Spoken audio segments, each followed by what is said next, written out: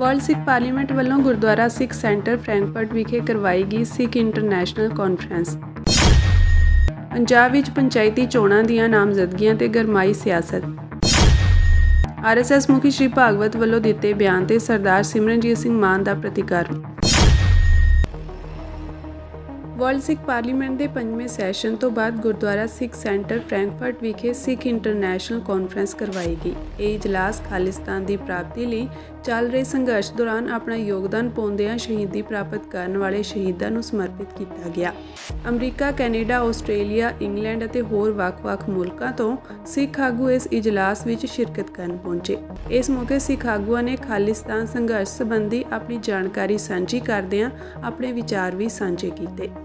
ਸ਼ਾਇਦ ਤੁਹਾਨੂੰ ਅੱਜ ਇਹ ਫੀਲ ਨਾ ਹੋਇਆ ਹੋਵੇ ਕਿ ਇੱਥੇ ਕਿੱਡਾ ਵੱਡਾ ਇਤਿਹਾਸਕ ਇਕੱਠ ਹੋਇਆ, ਪਰ ਕੱਲ੍ਹ ਨੂੰ ਜਦੋਂ ਸਾਡਾ ਕੌਮੀ ਕਾਰ ਖਾਲਿਸਤਾਨ ਵਜੂਦ 'ਚ ਆਏਗਾ ਤੇ ਜਰਮਨੀ ਦਾ ਇਹ ਸਮਾਗਮ ਉਹਦੇ 'ਚ ਸੁਨਹਿਰੀ ਅੱਖਰਾਂ 'ਚ ਲਿਖਿਆ ਜਾਏਗਾ।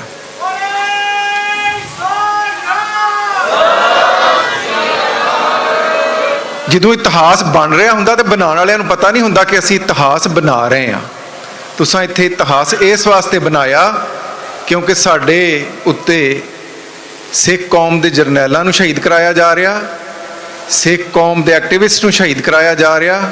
ਟਰਾਂਸਨੈਸ਼ਨਲ ਰਿਪਰੈਸ਼ਨ ਦਾ ਜ਼ਮਾਨਾ, ਤੇ ਉਸ ਜ਼ਮਾਨੇ ਦੇ ਵਿੱਚ ਸਾਡੇ ਸਿੰਘਾਂ ਨੂੰ ਜਿਹਦੇ 'ਚ ਹਿੰਮਤ ਸਿੰਘ ਸ਼ਾਮਲ ਆ, ਜਿਹ 'ਚ ਡਾਕਟਰ ਅਮਰਜੀਤ ਸਿੰਘ ਸ਼ਾਮਲ ਆ, ਜਿਹ 'ਚ ਜਾਫੀ ਸਿੰਘ ਸ਼ਾਮਲ ਆ, ਇਹਨਾਂ ਨੂੰ FBI ਨੇ, ਜਿਹੜੀ ਅਮਰੀਕਨ ਸਰਕਾਰ ਦੀਆਂ ਏਜੰਸੀਆਂ, ਉਹਨਾਂ ਨੇ ਕਿਹਾ ਵੀ ਤੁਸੀਂ ਅਮਰੀਕਾ ਛੱਡ ਕੇ ਬਾਹਰ ਨਾ ਜਾਓ, ਤੁਹਾਡੀ ਜਾਨ ਨੂੰ ਖਤਰਾ, ਪਰ ਆਪਣੀ ਜਾਨ ਤੇ ਖੇਡ ਕੇ ਤੁਹਾਡੇ ਵਾਸਤੇ ਜਰਮਨੀ ਦੀ ਧਰਤੀ ਤੇ ਆਏ ਆ।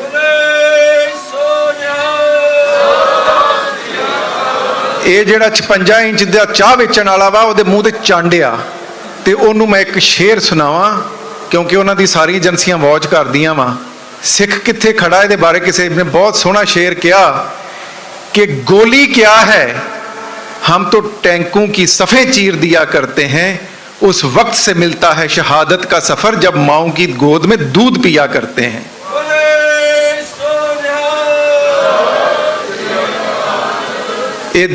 ये चाह वाले ने मत्था उस कौम नाल लाया है जिहदे छोटे छोटे भचंगी, उन्हां दे ऐसे जज्बे जिहड़े ठंडे बुर्ज ठंडे ना कर सके, जिहड़ा कल्ला कल्ला 1.25 लाख नाल लड़ गया।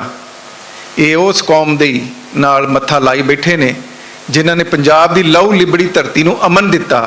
ਇਹ ਉਸ ਕੌਮ ਨਾਲ ਮੱਥਾ ਲਾ ਬੈਠਾ ਹੈ ਜਿਨ੍ਹਾਂ ਦੇ ਬੰਦ ਚਰਾਏ ਗਏ, ਜਿਹੜੇ ਟਾਇਰ ਪਾ ਕੇ ਸਾੜੇ ਗਏ, ਪਰ ਆਪਣੇ ਮਿਸ਼ਨ ਤੋਂ ਨਹੀਂ ਹਟੇ।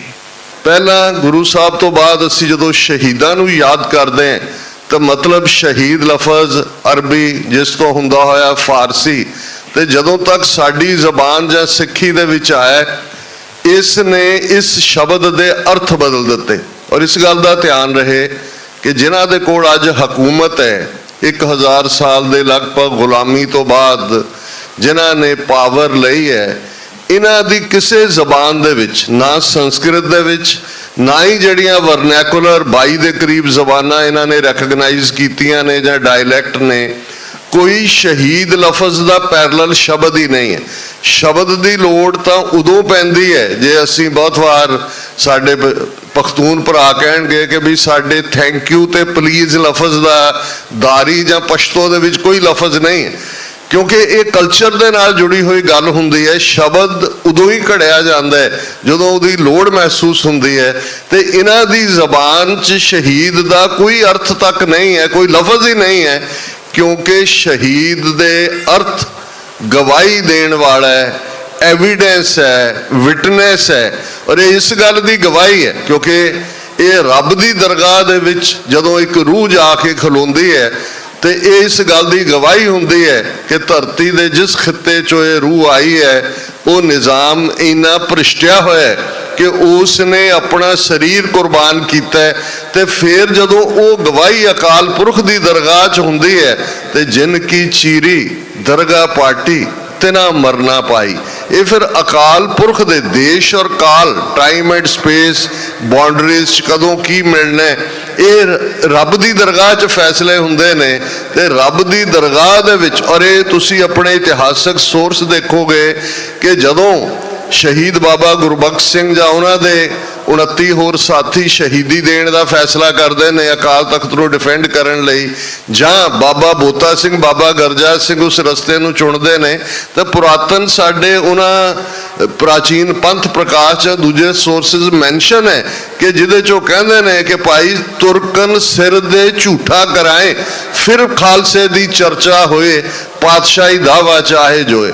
ਤੁਰਕਨ ਸਿਰ ਦੇ ਝੂਠਾ ਕਰਾਏ ਕਿ ਅਸੀਂ ਸਿਰ ਦਿਆਂਗੇ ਅਕਾਲ ਪੁਰਖ ਦੀ ਦਰਗਾਹ 'ਚ, ਜਿਹੜਾ ਇਹ ਤੁਰਕ ਝੂਠੇ ਸਾਬਤ ਹੋਣਗੇ, ਫਿਰ ਖਾਲਸੇ ਦੀ ਚਰਚਾ ਹੋਏ, ਪਾਤਸ਼ਾਹੀ ਦਾਵਾ ਚਾਹੇ ਜੋਏ। ਕਿ ਜਿਹੜਾ ਖਾਲਸਾ ਪਾਤਸ਼ਾਹੀ ਦਾਵਾ ਰੱਖਦਾ ਉਸ ਦੀ ਚਰਚਾ ਹੋਏਗੀ, ਇਹ ਝੂਠੇ ਸਾਬਤ ਹੋਣਗੇ। ਤੇ ਅਕਾਲ ਪੁਰਖ ਨੇ ਤਾਂ ਖਾਲਸੇ ਨੂੰ, ਜਿਹੜਾ ਹੈ ਹੀ ਅਕਾਲ ਪੁਰਖ ਕੀ ਫੌਜ, ਪਾਤਸ਼ਾਹਤ ਬਖਸ਼ੀ ਹੋਈ ਹੈ। ਸੋ ਇਸ ਲਈ ਜਦੋਂ ਅਸੀਂ ਪੰਜ ਪਿਆਰਿਆਂ ਤੋਂ ਆਪਣੇ ਅਰਦਾਸ ਦੇ ਸਫ਼ਰ ਨੂੰ ਸ਼ੁਰੂ ਕਰਦੇ ਹਾਂ, ਤੇ ਪਿਆਰਿਆਂ ਦਾ ਇਤਿਹਾਸ ਪਿਆਰੇ ਬਿਲਵਡ ਵਨ ਕਹਿੰਦੇ ਨੇ।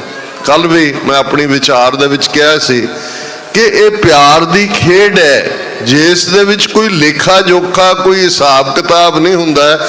ਇੱਥੇ ਤਾਂ ਆਪਣਾ ਆਪਾ ਦੇ ਦੇਣਾ ਹੁੰਦਾ, ਇਕੱਲਾ ਇਹ ਹੀ ਨਹੀਂ, ਕੁਝ ਹਾਸਲ ਕਰਨ ਲਈ। ਪੰਜਾਬ ਵਿੱਚ ਪੰਚਾਇਤੀ ਚੋਣਾਂ ਨੂੰ ਲੈ ਕੇ ਮਾਹੌਲ ਦਿਨੋਂ ਦਿਨ ਭਖਦਾ ਜਾ ਰਿਹਾ ਹੈ। ਪੰਜਾਬ ਭਰ ਵਿੱਚ ਪੰਚਾਇਤੀ ਚੋਣਾਂ ਦੀ VOTING ਤੋਂ ਪਹਿਲਾਂ ਹੀ ਕਈ ਹਿੰਸਕ ਘਟਨਾਵਾਂ ਵੀ ਸਾਹਮਣੇ ਆਈਆਂ ਹਨ। ਬੀਤੇ ਦਿਨ ਕਈ ਪੰਚ ਸਰਪੰਚਾਂ ਦੀ ਨਾਮਜ਼ਦਗੀ ਵੀ ਰੱਦ ਹੋਈ ਹੈ, ਜਿਸ ਦੇ ਚੱਲਦਿਆਂ ਕਾਂਗਰਸ, ਸ਼੍ਰੋਮਣੀ ਅਕਾਲੀ ਦਲ ਅਤੇ BJP ਵੱਲੋਂ ਰੋਸ ਜ਼ਾਹਰ ਵੀ ਕੀਤਾ ਗਿਆ। ਉੱਥੇ ਹੀ ਦੂਜੇ ਪਾਸੇ ਪੰਚਾਇਤੀ ਚੋਣਾਂ ਨੂੰ ਲੈ ਕੇ ਹੋ ਰਹੀ ਧੱਕੇਸ਼ਾਹੀ ਦੇ ਖਿਲਾਫ ਸ਼੍ਰੋਮਣੀ ਅਕਾਲੀ ਦਲ ਨੇ ਮੋਰਚਾ ਖੋਲ੍ਹ ਦਿੱਤਾ ਹੈ। ਪੰਚਾਇਤੀ ਚੋਣਾਂ ਵਿੱਚ ਵਿਰੋਧੀ ਧਿਰਾਂ ਦੇ ਕਾਗਜ਼ ਰੱਦ ਹੋਣ ਮਗਰੋਂ ਅਕਾਲੀ ਦਲ ਐਕਸ਼ਨ ਵਿੱਚ ਹੈ।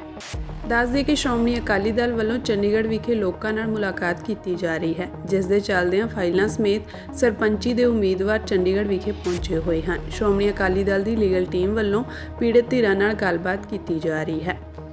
ਕਿਉਂਕਿ ਜਿਸ ਲੈਵਲ ਦੇ ਉੱਤੇ ਪੰਜਾਬ ਦੇ ਵਿੱਚ ਨਾਮਜ਼ਦਗੀ ਪੱਤਰ ਵਿਰੋਧੀ ਪਾਰਟੀਆਂ ਦੇ ਉਮੀਦਵਾਰਾਂ ਦੇ ਰੱਦ ਕੀਤੇ ਆ, ਉਹ ਬਹੁਤ ਹੀ ਹੈਰਾਨ ਕਰਨ ਵਾਲੇ ਅੰਕੜੇ ਆ। ਹਾਲੇ ਅਫੀਸ਼ੀਅਲ ਕੋਈ ਡਾਟਾ ਸਾਨੂੰ ਮਿਲਿਆ ਨਹੀਂ ਹੈ,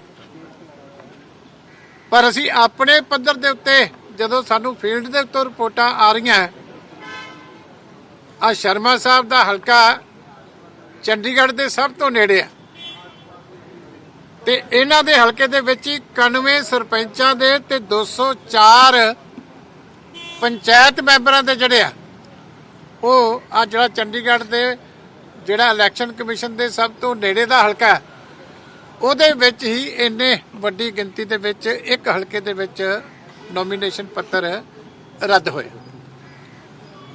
ਔਰ ਸਾਰੇ ਪੰਜਾਬ ਦੇ ਵਿੱਚੋਂ ਮੈਂ ਜਿੰਨਾ ਕੁ ਡਾਟਾ ਆਪਣੇ ਪੱਧਰ ਤੇ ਇਕੱਠਾ ਕਰ ਚੁੱਕਿਆ, ਕਿਉਂਕਿ ਚੋਣ ਕਮਿਸ਼ਨ ਵੱਲੋਂ ਹਾਲੇ ਕੋਈ ਡਾਟਾ ਜਾਰੀ ਨਹੀਂ ਹੋਇਆ।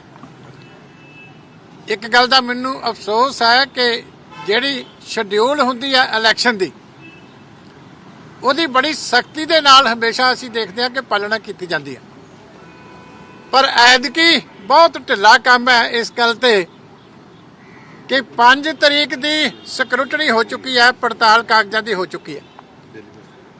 5 ਰਾਤ ਤੱਕ ਸਾਰੀਆਂ ਲਿਸਟਾਂ ਇਲੈਕਸ਼ਨ ਕਮਿਸ਼ਨ ਕੋਲੇ ਪਹੁੰਚ ਜਾਣੀਆਂ ਚਾਹੀਦੀਆਂ ਸੀ ਜਦੋਂ ਵੀ ਉੱਥੇ ਪ੍ਰੋਸੈਸ ਖਤਮ ਹੋਵੇ, ਪਰ ਹਾਲੇ ਤੱਕ ਖੁੱਲਾ ਕੰਮ ਚੱਲਦਾ ਪਿਆ।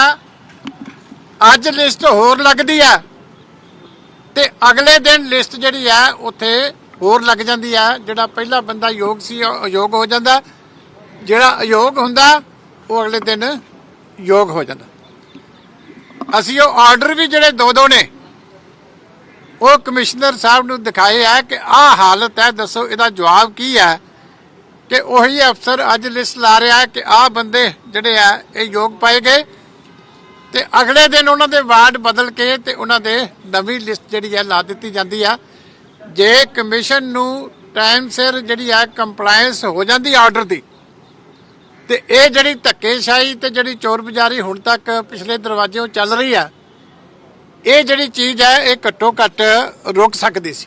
ਕਿ ਇਹ ਜਿਹੜੀ ਇਲੈਕਸ਼ਨ ਹੋਈ ਹੈ ਇਹਦੇ 'ਚ ਤੁਸੀਂ ਹੈਰਾਨਗੀ ਇਹ ਗੱਲ ਦੀ ਹੈ ਕਿ ਕਈ ਪੰਚਾਇਤਾਂ ਦੇ ਕਾਗਜ਼ ਰਿਜੈਕਟ ਕਰਤੇ, ਕਈ ਮੈਂਬਰ ਪੰਚਾਇਤਾਂ ਦੇ ਕਾਗਜ਼ ਰਿਜੈਕਟ ਕਰਤੇ, ਮਗਰ ਜਿਨ੍ਹਾਂ ਦੇ ਕਾਗਜ਼ ਰਿਜੈਕਟ ਹੋਇਆ ਇੱਕ ਪ੍ਰਕਿਰਿਆ ਹੁੰਦੀ ਹੈ ਸਕਰੂਟਨੀ 'ਚ ਕਿ ਭਾਈ ਉਹਨਾਂ ਨੂੰ ਦੱਸਿਆ ਜਾਂਦਾ ਹੈ ਕਿ ਤੁਹਾਡੇ ਆਹ ਇਤਰਾਜ਼ ਲੱਗਿਆ ਹੈ, ਤਾਂ ਤੁਹਾਡੇ ਕਾਗਜ਼ ਰਿਜੈਕਟ ਹੋਏ ਆ। ਮੈਂ ਉਦਾਹਰਨ ਦੇ ਤੌਰ ਤੇ ਤੁਹਾਨੂੰ 2-4 ਪਿੰਡ ਦੱਸਣ ਲੱਗਿਆ। ਇੱਕ ਵੀਰਮ ਮੇਰੇ ਹਲਕੇ ਚੋਂ, ਦੂਜਾ ਲਹਿਰਕਾ, ਇੱਕ ਆਪਣਾ ਪਿੰਡ ਸਰਦਾਰ ਗੁਰਬਖਸ਼ ਸਿੰਘ ਸੀਗੇ ਨਾਮਧਾਰੀ ਸਾਹਿਬ ਸਾਡੇ ਚਗਾਵਾਂ ਤੋਂ, ਉਹ ਇਸੇ ਤਰ੍ਹਾਂ ਇੱਕ ਪਿੰਡ ਹੋਰ ਸੀ, ਆ ਮੇਰੇ ਮੁੰਡੇ ਨੂੰ ਬੁਲਾਈ, ਉਹ ਇੱਕ ਜਿਹੜੇ ਪਿੰਡਾਂ 'ਚ ਇਹ ਸਾਰੇ ਪੇਪਰ ਰਿਜੈਕਟ ਕਰਤੇ ਇੱਕ ਵੱਡੋਂ, ਤੇ ਉਹਨਾਂ ਨੂੰ ਕਾਰਨ ਤੱਕ ਨਹੀਂ ਦੱਸਿਆ ਗਿਆ ਕਿ ਤੁਹਾਡਾ ਕੀ ਕਾਰਨ। ਹੁਣ ਤੁਸੀਂ ਹੈਰਾਨਗੀ ਹੋਊਗੀ ਕਿ ਜਿਹੜੇ ਰਾਤ ਦੇ 12 ਵਜੇ ਤੱਕ ਇਤਰਾਜ਼ ਸੁਣਨ ਵਾਸਤੇ ਉੱਥੇ ਬੈਠੇ ਰਹੇ, ਉਹਨਾਂ ਨੂੰ ਤਾਂ ਬੁਲਾਇਆ ਹੀ ਨਹੀਂ ਕਿਸੇ ਅਫਸਰ ਨੇ ਕਿ ਇਤਰਾਜ਼ ਕੀ ਲੱਗਿਆ। ਲਿਸਟ ਲੱਗਦੀ ਆ ਅਗਲੇ ਦਿਨ ਜਾ ਕੇ 9 ਵਜੇ, ਜਦੋਂ ਕਿ ਲਿਸਟ ਲੱਗਣੀ ਸੀ ਸ਼ਾਮ ਨੂੰ ਲਿਸਟ ਹੀ ਨਹੀਂ ਲਾਈ। ਤੇ ਇਹਨਾਂ ਹਾਲਾਤਾਂ 'ਚ ਜਿਹੜੇ ਇੱਕ ਤਾਂ ਮੈਂ ਉਦਾਹਰਨ ਦੇ ਤੌਰ ਤੇ ਕੁਝ ਦੱਸੇ, ਜੇ 8-10 ਪਿੰਡ ਹੈ ਜਿਹੜੇ ਮੈਂ ਆਪ ਦੇ ਹਲਕੇ ਦੇ ਹੀ ਕੱਢ ਕੇ ਲਿਆਇਆ, ਚਲੋ ਹੋਰ ਵੀ ਨੇ ਜਦੋਂ ਇਹਦੀ ਸਕਰੂਟਨੀ ਹੋਣੀ ਹੈ। ਪੰਜਾਬ ਸਾਰੇ 'ਚ ਹੀ ਇਤਰਾਜ਼ ਦੀ ਇਲੈਕਸ਼ਨ ਕਮਿਸ਼ਨ ਦੀ ਗਾਈਡਲਾਈਨ ਹੈ ਕਿ ਤੁਸੀਂ ਅਗਲੇ ਨੂੰ ਦੱਸੋਗੇ ਤੁਹਾਡੇ ਇਤਰਾਜ਼ ਕੀ ਲੱਗਿਆ। ਇਹ ਪਹਿਲੀ ਵਾਰੀ ਹੋਇਆ ਕਿ ਇਤਰਾਜ਼ ਹੀ ਨਹੀਂ ਦੱਸਿਆ ਜਾ ਰਿਹਾ। ਜਦ ਭਾਈ ਇਤਰਾਜ਼ ਦੱਸਣਾ ਹੀ ਨਹੀਂ ਤੇ ਅਗਲਿਆਂ ਦੇ ਕਾਗਜ਼ ਰਿਜੈਕਟ ਕਰਕੇ ਤੁਸੀਂ ਸਰਪੰਚ ਬਣਾ ਦੇਣੇ ਆ, ਤੇ ਫਿਰ ਇਹ ਜੀ ਇਲੈਕਸ਼ਨ ਦਾ ਕੋਈ ਮਾਇਨਾ ਨਹੀਂ ਰਹਿ ਜਾਂਦਾ। ਇਹ ਤਾਂ ਗੱਲ ਛੋਟੀ ਮੈਂ ਕਰ ਰਿਹਾ ਤੁਹਾਡੇ ਕੋਲ।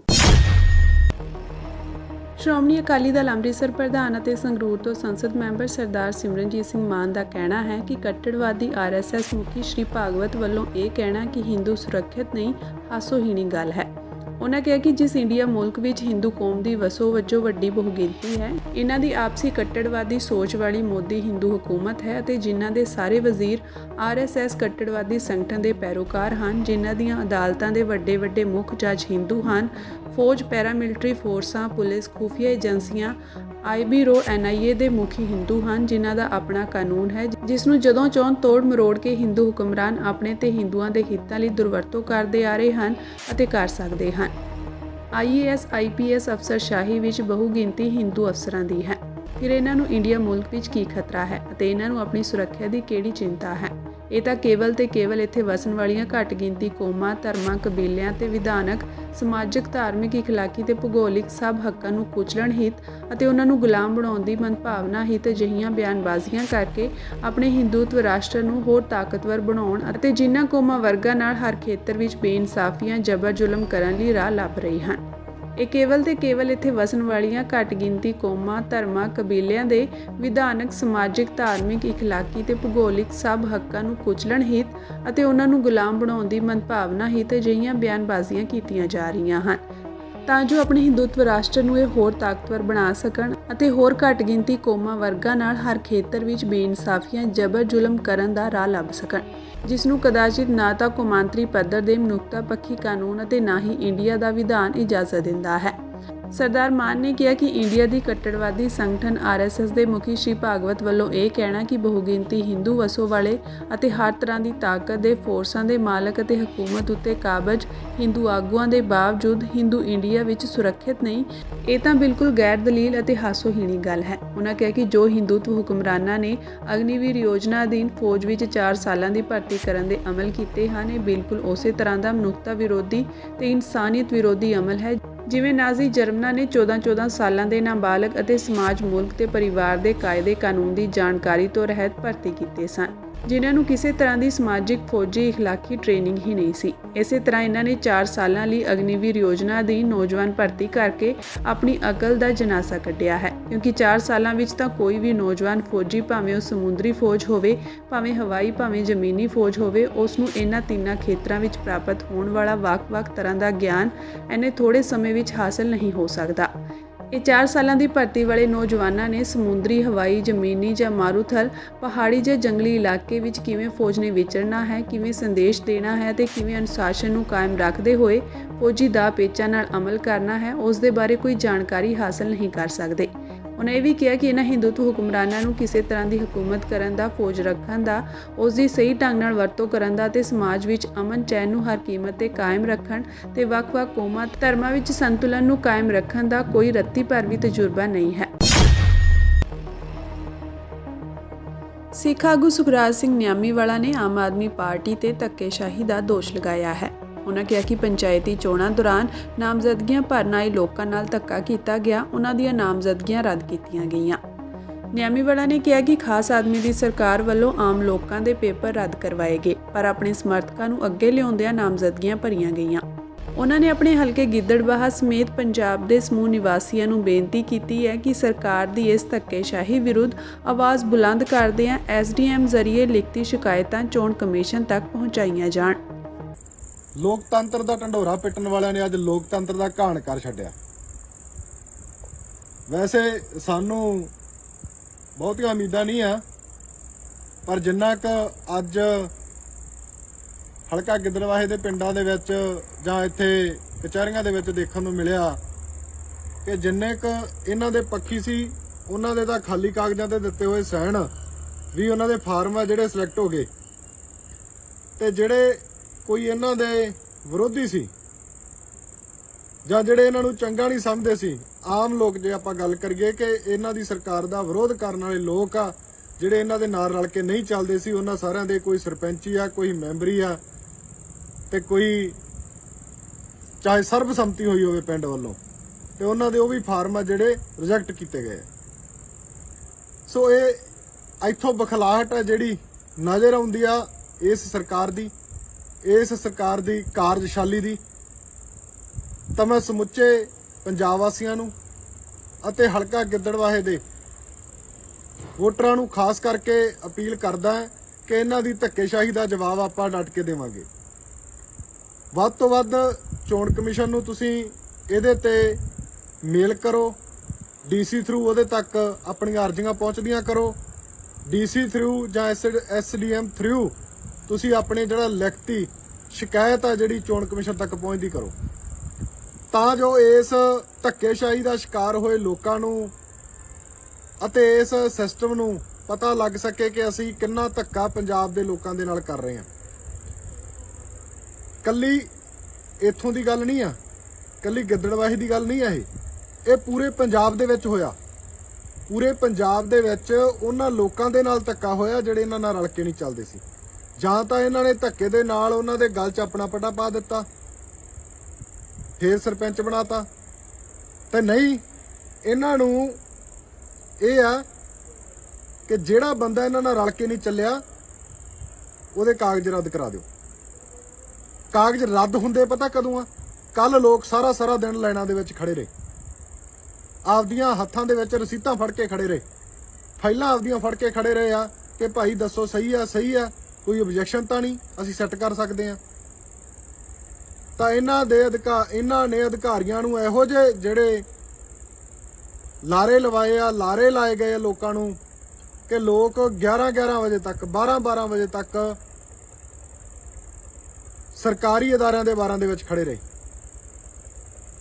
ਤਾਂ 12 ਵਜੇ ਲਿਸਟਾਂ ਲੱਗ ਜਾਂਦੀਆਂ, ਜਿਹੜੇ ਲਾਈਨਾਂ 'ਚ ਖੜੇ ਸੀ, ਜਿਹੜਿਆਂ ਨੂੰ ਇਹ ਕਿਹਾ ਗਿਆ ਸੀ ਕਿ ਤੁਹਾਡੇ ਕਾਗਜ਼ ਸਹੀ ਆ, ਤੁਸੀਂ ਆਪਣੇ ਘਰਾਂ 'ਚ ਜਾ ਸਕਦੇ ਹੋ, ਤੁਸੀਂ ਚੋਣ ਲੜ ਸਕਦੇ ਹੋ, ਤਾਂ ਹੁੰਦਾ ਕੀ ਆ, ਰਾਤ ਨੂੰ 12 ਵਜੇ ਤੋਂ ਬਾਅਦ ਉਹਨਾਂ ਦੀਆਂ ਫਾਈਲਾਂ ਦੇ ਰਿਜੈਕਸ਼ਨ ਲੱਗ ਜਾਂਦੀ ਆ, ਲਿਸਟਾਂ ਦੇ ਵਿੱਚ ਨਾਂ ਆ ਜਾਂਦੇ ਆ ਕਿ ਭਾਈ ਇਹਦੇ 'ਚ ਫਲਾਣੇ 'ਚ ਆਹ ਗਲਤੀ ਹੈ, ਇਹਦੇ 'ਚ ਆਹ ਗਲਤੀ ਹੈ, ਇਹਦੇ 'ਚ ਆਹ ਗਲਤੀ ਆ।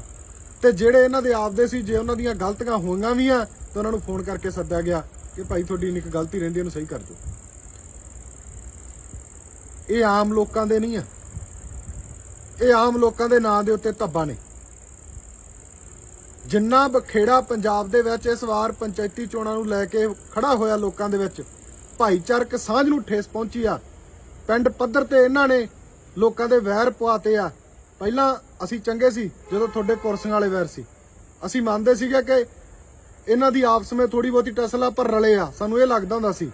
ਪਰ ਸਾਡੇ ਪਿੰਡਾਂ 'ਚ ਜਿਹੜੀ ਇੱਕ ਕਹਾਵਤ ਹੁੰਦੀ ਸੀ ਕਿ ਪਿੰਡ ਦਾ ਭਾਈਚਾਰਕ ਸਾਂਝ ਕਾਇਮ ਰੱਖਣੀ ਆ, ਇਹਨਾਂ ਨੇ ਹਰ ਇੱਕ ਪਿੰਡ ਦੇ ਵਿੱਚ ਉਹ ਖਰਾਬ ਕੀਤੀ ਆ। ਇੱਥੇ ਬਚ ਸਕਦੇ ਆ, ਪਰ ਉਸ ਅਕਾਲ ਪੁਰਖ ਦੀ ਅਦਾਲਤ ਦੇ ਵਿੱਚ ਇਹ ਵੀ ਬਖਸ਼ੇ ਨਹੀਂ ਜਾਣਗੇ। ਪਿੰਡਾਂ ਦੇ ਭੋਲੇ ਭਾਲੇ ਲੋਕਾਂ ਨੂੰ ਸਰਪੰਚੀ ਮੈਂਬਰੀ ਤੇ ਵਗਰਲਾ ਕੇ, ਇੱਕ ਦੂਜੇ ਦੇ ਖਿਲਾਫ ਬੁਲਾ ਕੇ ਪਤਾ ਨਹੀਂ ਕੀ ਸਾਬਤ ਕਰਨਾ ਚਾਹੁੰਦੇ ਆ। ਸੋ ਮੈਂ ਸਮੁੱਚਿਆਂ ਪੰਜਾਬ ਵਾਸੀਆਂ ਨੂੰ ਇਹ ਕਹਿਣਾ ਚਾਹੁੰਦਾ ਕਿ ਭਾਈ ਚੋਣਾਂ ਹੁੰਦੀਆਂ ਰਹਿਣਗੀਆਂ, ਕੋਈ ਗੱਲ ਨਹੀਂ, ਆਪਾਂ ਆਪਣੀ ਭਾਈਚਾਰਕ ਸਾਂਝ ਨਹੀਂ ਖਰਾਬ ਕਰਨੀ ਇਹਨਾਂ ਲੋਕਾਂ ਦੇ ਮਗਰ ਲੱਗ ਕੇ ਜਿਨ੍ਹਾਂ ਦਾ ਆਪਦਾ ਕੋਈ ਵਜੂਦ ਨਹੀਂ ਆ। ਤੇ ਦੂਸਰਾ, ਚੋਣ ਕਮਿਸ਼ਨ ਨੂੰ ਇਸ ਮਾਧਿਅਮ ਰਾਹੀਂ ਬੇਨਤੀ ਕਰਦਾ ਕਿ ਜਿੱਥੇ ਇਹੋ ਜਿਹੀ ਘਟਨਾ ਹੋਈ ਆ ਉੱਥੇ ਚੋਣਾਂ ਜਿਹੜੀਆਂ ਉਹ ਰੱਦ ਕਰਕੇ ਨਵੇਂ ਤਰੀਕ ਦੇ ਵਿੱਚ ਚੋਣਾਂ ਕਰਾਈਆਂ ਜਾਣ। ਜਿਹੜੀ ਜਗ੍ਹਾ ਦੇ ਉੱਤੇ ਸਾਰੇ ਕੈਂਡੀਡੇਟ ਸਹਿਮਤ ਨੇ, ਜਿਹੜੀ ਜਗ੍ਹਾ ਦੇ ਉੱਤੇ ਸਾਰੇ ਕੈਂਡੀਡੇਟਾਂ ਦੇ ਫਾਰਮ ਆ ਜਿਹੜੇ ਸਿਲੈਕਟ ਹੋ ਚੁੱਕੇ ਨੇ, ਉੱਥੇ ਜਿਹੜੀ ਬੇਸ਼ੱਕ ਚੋਣ ਕਰਵਾਈ ਜਾਵੇ, ਕਿਉਂਕਿ ਜਿੱਥੇ ਧੱਕੇਸ਼ਾਹੀ ਹੋਈ ਆ ਉੱਥੇ ਚੋਣ ਕਮਿਸ਼ਨ ਕੋਲੇ ਵੀ ਪੂਰਾ ਰਾਈਟ ਆ ਉਸ ਧੱਕੇਸ਼ਾਹੀ ਦੇ ਖਿਲਾਫ ਐਕਸ਼ਨ ਲੈਣ ਦਾ। ਤਾਂ ਮੈਂ ਇਸ ਮਾਧਿਅਮ ਰਾਹੀਂ ਇਹੀ ਕਹਿਣਾ ਚਾਹੂੰਗਾ ਕਿ ਉੱਤੇ ਐਕਸ਼ਨ ਲਿਆ ਜਾਵੇ ਤੇ ਐਕਸ਼ਨ ਤੋਂ ਬਾਅਦ ਜਿਹੜੀ ਆ ਚੋਣ ਆ ਉਹ ਭਾਵੇਂ ਥੋੜੇ ਦਿਨਾਂ ਬਾਅਦ ਰੁਕ ਕੇ ਉੱਥੇ ਕਰਵਾਈ ਜਾਵੇ। 2025 ਵਿੱਚ ਸ੍ਰੀ ਗੁਰੂ ਤੇਗ ਬਹਾਦਰ ਜੀ ਦੇ 350ਵੇਂ ਸ਼ਹੀਦੀ ਵਰ੍ਹੇ ਨੂੰ ਮਨਾਉਣ ਲਈ ਪੰਜਾਬ ਵਿੱਚ Sri Guru Tegh Bahadur eco nature park programme ਤਹਿਤ 350 ਜੰਗਲਾਂ ਦਾ ਵਿਕਾਸ ਕੀਤਾ ਜਾਵੇਗਾ। ਇਹ ਐਲਾਨ ਰਾਜ ਸਭਾ ਸੰਸਦ ਮੈਂਬਰ ਡਾਕਟਰ ਵਿਕਰਮਜੀਤ ਸਿੰਘ ਸਾਨੀ ਨੇ ਵਾਸ਼ਿੰਗਟਨ ਅਮਰੀਕਾ ਦੇ ਡਾਕਟਰ ਰਾਜਵੰਤ ਸਿੰਘ ਵੱਲੋਂ ਸਥਾਪਿਤ ਈਕੋ ਸਿੱਖ ਦੇ 15 ਸਾਲ ਪੂਰੇ ਹੋਣ ਦੇ ਮੌਕੇ ਬੋਲਦਿਆਂ ਕੀਤਾ, ਜਿਸ ਨੇ ਸ੍ਰੀ ਗੁਰੂ ਨਾਨਕ ਦੇਵ ਜੀ ਦੇ 550ਵੇਂ ਪ੍ਰਕਾਸ਼ ਪੁਰਬ ਮੌਕੇ 100 ਤੋਂ ਵੱਧ ਜੰਗਲ ਲਗਾਏ ਸਨ। ਡਾਕਟਰ ਸਾਨੀ ਨੇ ਪੰਜਾਬ ਨੂੰ ਦਰਪੇਸ਼ ਮੌਜੂਦਾ ਵਾਤਾਵਰਣਕ ਚੁਣੌਤੀਆਂ ਜਿਵੇਂ ਕਿ ਪ੍ਰਦੂਸ਼ਣ, ਪਾਣੀ ਦੇ ਘੱਟ ਰਹੇ ਪੱਧਰ, ਧਰਤੀ ਹੇਠਲੇ ਪਾਣੀ ਵਿੱਚ ਉੱਚ ਆਰਸੈਨਿਕ ਅਤੇ ਯੂਰੇਨੀਅਮ ਦੀ ਗੰਦਗੀ ਆਦਿ ਤੇ ਡੂੰਘੀ ਚਿੰਤਾ ਪ੍ਰਗਟ ਕੀਤੀ। ਡਾਕਟਰ ਸਾਨੀ ਨੇ ਅੱਗੇ ਕਿਹਾ ਕਿ ਪੰਜਾਬ ਦਾ AQI ਪੱਧਰ ਵਿਸ਼ਵ ਸਿਹਤ ਸੰਗਠਨ ਦੇ ਨਿਰਧਾਰਿਤ ਪੱਧਰ ਨਾਲੋਂ ਦੁੱਗਣਾ ਹੈ। ਇਸ ਲਈ ਜੰਗਲਾਂ ਦੀ ਕਟਾਈ ਨੂੰ ਰੋਕਣ ਦੇ ਨਾਲ-ਨਾਲ ਜੰਗਲਾਂ ਦਾ ਵਿਕਾਸ ਕਰਨਾ ਬਹੁਤ ਜ਼ਰੂਰੀ ਹੈ। ਇਸ ਮੌਕੇ ਬਾਬਾ ਸੇਵਾ ਸਿੰਘ ਜੀ ਅਤੇ ਸਾਬਕਾ ਸੰਸਦ ਮੈਂਬਰ ਤਰਲੋਚਨ ਸਿੰਘ ਨੇ ਵੀ eco Sikh and sun foundation ਦੇ ਇਸ ਉਪਰਾਲੇ ਦੀ ਸ਼ਲਾਘਾ ਕੀਤੀ। ਇਜ਼ਰਾਈਲ ਵੱਲੋਂ ਫਲਸਤੀਨੀਆਂ ਦੀ ਨਸਲਕੁਸ਼ੀ ਦੇ ਵਿਰੋਧ ਵਿੱਚ ਸਥਾਈ ਜੰਗਬੰਦੀ ਲਈ ਅਤੇ ਭਾਰਤ ਸਰਕਾਰ ਵੱਲੋਂ ਇਜ਼ਰਾਈਲ ਨੂੰ ਹਥਿਆਰ ਅਤੇ ਹੋਰ ਜੰਗੀ ਸਾਜ਼ੋ ਸਮਾਨ ਦਿੱਤੇ ਜਾਣ ਦੇ ਵਿਰੋਧ ਵਿੱਚ ਅਤੇ ਫਲਸਤੀਨੀਆਂ ਨਾਲ ਹਮਦਰਦੀ ਪ੍ਰਗਟਾਉਣ ਲਈ ਦੇਸ਼ ਭਗਤ ਯਾਦਗਾਰ ਹਾਲ ਜਲੰਧਰ ਵਿੱਚ ਕਨਵੈਨਸ਼ਨ ਕੀਤੀ ਗਈ ਅਤੇ ਸ਼ਹਿਰ ਵਿੱਚ ਜ਼ੋਰਦਾਰ ਮੁਜ਼ਾਹਰਾ ਕੀਤਾ ਗਿਆ। ਇਸ ਕਨਵੈਨਸ਼ਨ ਦੇ ਪ੍ਰਧਾਨਗੀ ਮੰਡਲ ਵਿੱਚ ਰਤਨ ਸਿੰਘ ਰੰਧਾਵਾ, ਅਜਮੇਰ ਸਿੰਘ, ਰਾਜਵਿੰਦਰ ਸਿੰਘ ਰਾਣਾ, ਨਰਾਇਣ ਦੱਤ, ਰਜਿੰਦਰ ਸਿੰਘ ਮੰਡ, ਗੁਰਨਾਮ ਸਿੰਘ ਬਾਦਲ ਕਲਾਂ ਸ਼ਾਮਿਲ ਸਨ। ਕਨਵੈਨਸ਼ਨ ਨੂੰ ਸੰਬੋਧਨ ਕਰਦਿਆਂ ਆਗੂਆਂ ਨੇ ਕਿਹਾ ਕਿ ਪਿਛਲੇ 1 ਸਾਲ ਤੋਂ ਕੀਤੀ ਜਾ ਰਹੀ ਹਵਾਈ ਬੰਬਾਰੀ ਅਤੇ ਜ਼ਮੀਨੀ ਹਮਲਿਆਂ ਨਾਲ 50,000 ਤੋਂ ਵੱਧ ਲੋਕ ਮੌਤ ਦੇ ਘਾਟ ਉਤਾਰ ਦਿੱਤੇ ਗਏ ਹਨ। ਮਲਬੇ ਹੇਠ ਦੱਬੇ ਲੋਕਾਂ ਦੀ ਗਿਣਤੀ ਦਾ ਹਿਸਾਬ ਹੀ ਨਹੀਂ ਲਾਇਆ ਜਾ ਸਕਦਾ। 10 ਲੱਖ ਤੋਂ ਵੱਧ ਲੋਕ ਬੇਘਰ ਹੋ ਗਏ ਹਨ। ਸਾਰੇ ਜੰਗੀ ਨਿਯਮਾਂ ਨੂੰ ਛਿੱਕੇ ਉੱਤੇ ਟੰਗ ਕੇ ਹਸਪਤਾਲਾਂ, ਸਕੂਲਾਂ ਅਤੇ ਰਿਹਾਇਸ਼ੀ ਥਾਵਾਂ ਨੂੰ ਵੀ ਲਗਾਤਾਰ ਨਿਸ਼ਾਨਾ ਬਣਾਇਆ ਜਾ ਰਿਹਾ ਹੈ। ਪਾਣੀ, ਦਵਾਈਆਂ ਅਤੇ ਖਾਣ ਪੀਣ ਦੇ ਸਾਜ਼ੋ ਸਮਾਨ ਤੇ ਲਾਈਆਂ ਪਾਬੰਦੀਆਂ ਅਤਿ ਘਿਨਾਉਣੇ, ਗੈਰ ਮਾਨਵਤਾਵਾਦੀ ਇਜ਼ਰਾਈਲ ਅਤੇ ਉਸ ਦੇ ਸਹਿਯੋਗੀਆਂ ਦਾ ਕਰੂਪ ਚਿਹਰਾ ਸਾਰੀ ਦੁਨੀਆ ਦੇ ਸਾਹਮਣੇ ਆ ਗਿਆ ਹੈ। ਅਮਰੀਕਾ ਅਤੇ ਉਸ ਦੇ ਪੱਛਮੀ ਸਹਿਯੋਗੀ ਇਜ਼ਰਾਈਲ ਨੂੰ ਲਗਾਤਾਰ ਹਥਿਆਰਾਂ ਦੀ ਸਪਲਾਈ ਅਤੇ ਆਰਥਿਕ ਮਦਦ ਦੇ ਰਹੇ ਹਨ। ਇਸ ਕਨਵੈਨਸ਼ਨ ਵਿੱਚ ਆਗੂਆਂ ਵੱਲੋਂ ਮੰਗ ਕੀਤੀ ਗਈ ਕਿ ਸਥਾਈ ਜੰਗਬੰਦੀ ਕੀਤੀ ਜਾਵੇ। UN ਦੇ ਮਤੇ ਅਨੁਸਾਰ ਫਲਸਤੀਨੀ ਇਲਾਕਿਆਂ ਵਿੱਚੋਂ ਇਜ਼ਰਾਈਲੀ ਫੌਜਾਂ ਫੌਰੀ ਤੌਰ ਤੇ ਵਾਪਸ ਬੁਲਾਈਆਂ ਜਾਣ। ਫਲਸਤੀਨੀਆਂ ਦੀ ਪ੍ਰਭੂਸ਼ਤਾ ਲਈ ਆਵਾਜ਼ ਬੁਲੰਦ ਕੀਤੀ ਜਾਵੇ। ਭਾਰਤ ਸਰਕਾਰ ਹਥਿਆਰ ਅਤੇ ਹੋਰ ਜੰਗੀ ਸਮਾਨ ਦੀ ਸਪਲਾਈ ਬੰਦ ਕਰੇ ਅਤੇ ਇਜ਼ਰਾਈਲ ਨਾਲੋਂ ਸਫਾਰਤੀ ਜ਼ਬਾਨ ਤੋੜ ਕੇ ਫਲਸਤੀਨੀ ਲੋਕਾਂ ਦੀ ਹਿਮਾਇਤ ਕਰੇ। ਪਾਕਿਸਤਾਨ ਦੀ ਪੰਜਾਬ ਸਰਕਾਰ ਨੇ ਸੁਰੱਖਿਆ ਕਾਰਨਾਂ ਦੇ ਚੱਲਦਿਆਂ ਸਾਬਕਾ ਪ੍ਰਧਾਨ ਮੰਤਰੀ ਇਮਰਾਨ ਖਾਨ ਨੂੰ 18 ਅਕਤੂਬਰ ਤੱਕ ਆਪਣੇ ਪਰਿਵਾਰਕ ਮੈਂਬਰਾਂ, ਵਕੀਲਾਂ ਅਤੇ ਪਾਰਟੀ ਨੇਤਾਵਾਂ ਨੂੰ ਮਿਲਣ ਤੋਂ ਰੋਕ ਦਿੱਤਾ ਹੈ। ਪਾਕਿਸਤਾਨ ਤਹਿਰੀਕ-ਏ-ਇਨਸਾਫ ਦੇ ਸੰਸਥਾਪਕ ਖਾਨ ਅਗਸਤ 2023 ਤੋਂ ਕਈ ਮਾਮਲਿਆਂ ਵਿੱਚ ਰਾਵਲਪਿੰਡੀ ਦੇ ਅਦਿਆਲਾ ਜੇਲ੍ਹ ਵਿੱਚ ਬੰਦ ਹਨ। ਗ੍ਰਹਿ ਮੰਤਰੀ ਮੋਹਸਿਨ ਨਕਵੀ ਨੇ PTI ਉੱਤੇ ਸੰਘਾਈ ਸਹਿਯੋਗ ਸੰਗਠਨ ਦੇ ਆਗਾਮੀ ਸੰਮੇਲਨ ਵਿੱਚ ਵਿਘਨ ਪਾਉਣ ਦੀ ਕੋਸ਼ਿਸ਼ ਕਰਨ ਦਾ ਦੋਸ਼ ਲਾਇਆ ਹੈ। ਪੰਜਾਬ ਸਰਕਾਰ ਦੇ ਇੱਕ ਅਧਿਕਾਰੀ ਨੇ ਦੱਸਿਆ ਕਿ PTI ਦੇ ਸੰਸਥਾਪਕ ਇਮਰਾਨ ਖਾਨ ਅਤੇ ਉਹਨਾਂ ਦੀ ਪਤਨੀ ਬੁਸ਼ਰਾ ਬੀਬੀ ਨੂੰ 18 ਅਕਤੂਬਰ ਤੱਕ ਰਾਵਲਪਿੰਡੀ ਦੀ ਅਦਿਆਲਾ ਜੇਲ੍ਹ ਵਿੱਚ ਆਪਣੇ ਪਰਿਵਾਰ, ਵਕੀਲਾਂ ਅਤੇ ਪਾਰਟੀ ਨੇਤਾਵਾਂ ਨੂੰ ਮਿਲਣ ਤੇ ਪਾਬੰਦੀ ਲਗਾ ਦਿੱਤੀ ਗਈ ਹੈ। ਉਨ੍ਹਾਂ ਕਿਹਾ ਕਿ ਸਰਕਾਰ ਨੇ ਸੁਰੱਖਿਆ ਕਾਰਨਾਂ ਦੇ ਮੱਦੇਨਜ਼ਰ ਇਹ ਫੈਸਲਾ ਲਿਆ ਹੈ। ਇਸ ਦੌਰਾਨ PTI ਦੇ ਬੁਲਾਰੇ ਨੇ ਕਿਹਾ ਕਿ ਖਾਨ ਦੀ ਕਾਨੂੰਨੀ ਟੀਮ ਅਦਾਲਤ ਵਿੱਚ ਇੱਕ ਪਟੀਸ਼ਨ ਦਾਇਰ ਕਰੇਗੀ ਜਿਸ ਵਿੱਚ ਇਮਰਾਨ ਖਾਨ ਅਤੇ ਬੀਬੀ ਬੁਸ਼ਰਾ ਨਾਲ ਮੁਲਾਕਾਤਾਂ ਤੋਂ ਪਾਬੰਦੀ ਹਟਾਉਣ ਦੀ ਬੇਨਤੀ ਕੀਤੀ ਜਾਵੇਗੀ। ਸ਼੍ਰੋਮਣੀ ਗੁਰਦੁਆਰਾ ਪ੍ਰਬੰਧਕ ਕਮੇਟੀ ਦੀ ਅੰਤਿਮ ਕਮੇਟੀ ਦੀ ਮੀਟਿੰਗ ਉਪਰੰਤ ਲਏ ਅਹਿਮ ਫੈਸਲਿਆਂ ਬਾਰੇ ਜਾਣਕਾਰੀ ਦੇਣ ਲਈ ਪ੍ਰਧਾਨ ਹਰਜਿੰਦਰ ਸਿੰਘ ਧਾਮੀ ਵੱਲੋਂ ਅਹਿਮ ਪ੍ਰੈਸ ਕਾਨਫਰੰਸ ਕੀਤੀ ਗਈ। ਇਸ ਮੌਕੇ ਉਹਨਾਂ ਕਿਹਾ ਕਿ ਆਨਲਾਈਨ ਵੈਬਸਾਈਟਸ ਤੇ ਗੁਟਕਾ ਤੇ ਸੈਂਚੀਆਂ ਪਹੁੰਚਾਈਆਂ ਜਾਂਦੀਆਂ ਹਨ ਜੋ ਕਿ ਗੁਰਬਾਣੀ ਦਾ ਨਿਰਾਦਰ ਤੇ ਬੇਅਦਬੀ ਹੈ। ਉਹਨਾਂ ਕਿਹਾ ਕਿ Amazon ਇਹਨਾਂ ਵਿੱਚੋਂ ਪ੍ਰਮੁੱਖ ਆਨਲਾਈਨ ਵੈਬਸਾਈਟਸ ਹਨ ਜਿਨ੍ਹਾਂ ਬਾਰੇ ਸਾਨੂੰ ਜਾਣਕਾਰੀ ਮਿਲੀ ਹੈ। ਇਸ ਵਿਸ਼ੇ ਤੇ ਅਸੀਂ Amazon ਨਾਲ ਰਾਬਤਾ ਕਰਨ ਦੀ ਕੋਸ਼ਿਸ਼ ਕਰਾਂਗੇ।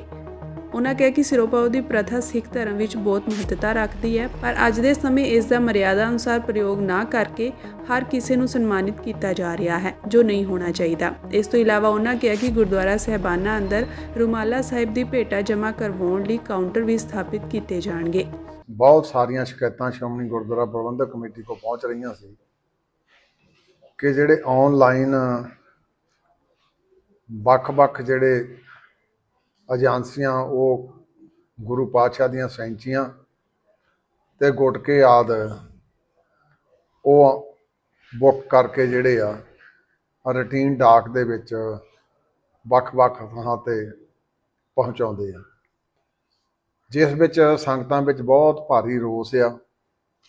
ਤੇ ਅੱਜ ਧਰਮ ਪ੍ਰਚਾਰ ਕਮੇਟੀ ਨੇ ਇਹ ਫੈਸਲਾ ਕੀਤਾ, ਕਿਉਂਕਿ ਇਹ ਮਾਨ ਮਰਿਆਦਾ ਗੁਰਬਾਣੀ ਦਾ ਇੱਕ ਗੰਭੀਰ ਮਸਲਾ ਆ, ਤੇ ਅਸੀਂ ਚਾਹੁੰਦੇ ਵੀ ਇਹ ਤੁਰੰਤ ਜਿਹੜੀਆਂ ਵੀ ਏਜੰਸੀਆਂ ਇਹ ਕਾਰਜ ਕਰਦੀਆਂ ਉਹ ਸਾਰੇ ਬੰਦ ਕਰਨ, ਕਿਉਂਕਿ ਰੂਟੀਨ ਦੀ ਡਾਕ ਦੇ ਵਿੱਚ ਕਈ ਹੋਰ ਵੀ ਐਸੇ ਪਦਾਰਥ ਹੁੰਦੇ ਆ ਜਿਹੜੇ ਗੁਰਬਾਣੀ ਦੇ ਉਹਨਾਂ ਸੈਂਚੀਆਂ ਤੇ ਗੁਟਕਿਆਂ ਦੇ ਨਾਲ ਜਾਂਦੇ ਆ, ਜਿਨ੍ਹਾਂ ਮਰਿਆਦਾ ਦਾ ਲੰਘਣ ਹੁੰਦਾ। ਤੇ ਅਸੀਂ ਅੱਜ ਇਹ ਸ੍ਰੀ ਅਕਾਲ ਤਖਤ ਸਾਹਿਬ ਦੇ ਜਥੇਦਾਰ ਸਾਹਿਬ ਨੂੰ ਵੀ ਅਪੀਲ ਕੀਤੀ ਆ ਕਿ ਇਹ ਜਿਹੜੀਆਂ ਏਜੰਸੀਆਂ ਇਹੋ ਜਿਹੀਆਂ ਜਿਨ੍ਹਾਂ 'ਚ ਪ੍ਰਮੁੱਖ ਤੌਰ ਤੇ ਐਮਾਜ਼ੋਨ ਆ, ਉਹਨਾਂ ਨੂੰ ਸੱਦ ਕੇ ਤੁਰੰਤ ਇਹ ਹਦਾਇਤ ਕੀਤੀ ਜਾਵੇ ਕਿ ਇਹੋ ਜਿਹੀਆਂ ਜਿਹੜੀਆਂ ਧਾਰਮਿਕ ਖਾਸ ਕਰਕੇ ਗੁਰਬਾਣੀ ਦੇ ਨਾਲ ਸੰਬੰਧਿਤ ਕੋਈ ਗੁਟਕਾ ਸਾਹਿਬਾਨ ਜਾਂ ਸੈਂਚੀਆਂ ਉਹ ਤੁਰੰਤ ਉਹ ਸਾਰੇ ਬੰਦ ਕਰਨ। ਦੂਜਾ, ਕਿਉਂਕਿ ਤੇ ਖਾਲਸਾ ਪੰਥ ਨੂੰ ਮੈਂ ਨਿਮਰਤਾ ਸਹਿਤ ਬੇਨਤੀ ਵੀ ਕਰਨੀ ਚਾਹੁੰਦਾ ਕਿ ਸਿਰਪਾਓ ਦੀ ਇੱਕ ਮਰਿਆਦਾ ਆ। ਅੱਜ ਮੈਂ ਦੇਖਦਾ ਇਹ ਮਰਿਆਦਾ ਬਹੁਤ ਵੱਡੇ ਪੱਧਰ ਤੇ ਜਿਹੜਾ ਇਹਦਾ ਉਲੰਘਣ ਹੋ ਰਿਹਾ। ਅੱਜ ਕਈ ਵਾਰੀ ਇਹੋ ਜਿਹੇ ਹਾਲਾਤਾਂ ਵਿੱਚੋਂ ਲੰਘ ਰਹੇ ਆ ਕਿ ਹਰ ਇੱਕ ਬੰਦਾ ਜਿਹੜਾ ਆ ਉਹਨੂੰ ਅਵਲਾਈਜ ਕਰਨ ਲਈ ਇਹ ਸਿਰਪਾਓ ਉਹਦੇ ਗਲ 'ਚ ਪਾ ਦਿੰਦਾ, ਜਿਹੜੀ ਕਿ ਗੁਰਮਤਿ ਦੀ ਘੋਰ ਉਲੰਘਣਾ ਵੀ ਆ। ਤੇ ਨਾਲ ਦੀ ਨਾਲ ਮੈਂ ਇਹ ਵੀ ਦੇਖਦਾ ਕਿ ਇਹ ਮਰਿਆਦਾ ਬੜੇ ਚਿਰ ਦੀ ਸਤਿਗੁਰੂ ਜੀ ਦੇ ਵੇਲੇ ਦੀ ਚੱਲੀ ਰਹੀ ਗੁਰੂ ਕਾਲ ਤੋਂ, ਪਰ ਅੱਜ ਇਹਦੀ ਮਿਸਯੂਟੀਲਾਈਜੇਸ਼ਨ ਇੰਨੀ ਹੋ ਰਹੀ ਆ। ਅਸੀਂ ਬਿਲਕੁਲ ਵਿਰੋਧੀ ਨਹੀਂ ਗੇ, ਸਿਰਪਾਓ ਦੀ ਜ਼ਰੂਰ ਦੇਣਾ ਚਾਹੀਦਾ, ਪਰ ਉਹਦੀ ਇੱਕ ਮਰਿਆਦਾ, ਕਿਹਨੂੰ ਦੇਣਾ ਤੇ ਕਿਹਨੇ ਸਿਰਪਾਓ ਜਿਹੜਾ ਆ ਉਹ ਦੇਣਾ ਤੇ ਕਿਹਨੂੰ ਦਿੱਤਾ ਜਾਣਾ, ਉਹਦੀ ਇੱਕ ਮਰਿਆਦਾ ਆ। ਅਕਸਰ ਦੇਖਿਆ ਗਿਆ ਕਿ ਵੱਡੇ ਗੁਰਸਥਾਨਾਂ ਤੋਂ ਜਿਸਲੇ ਸਿਰਪਾਓ ਦੀ ਪ੍ਰਾਪਤੀ ਹੁੰਦੀ ਆ, ਸਾਰੇ ਚੱਕ ਕੇ ਤਾਂ ਗੱਡੀਆਂ ਦੀਆਂ ਡਿੱਗੀਆਂ 'ਚ ਸੁੱਟ ਦਿੰਦੇ ਆ।